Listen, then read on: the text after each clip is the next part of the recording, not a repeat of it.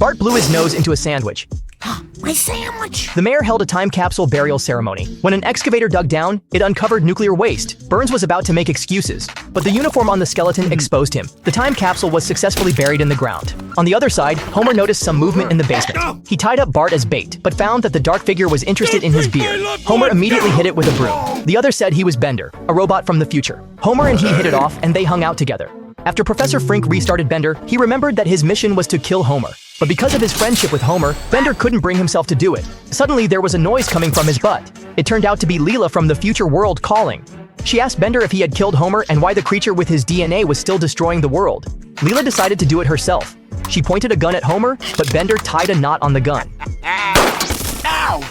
Right in my language center!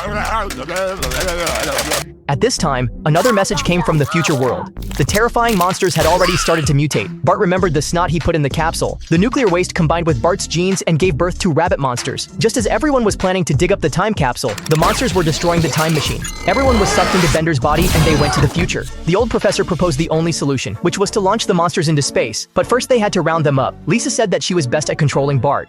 She told the monsters that there was delicious food in the park, and the monsters rushed there. Lisa directly played the saxophone, and the monsters couldn't stand it and were thus locked up. The spaceship extended a hook and took them into the sky. The professor pressed the separation button, and the monsters were thrown deep into space. The family also returned home.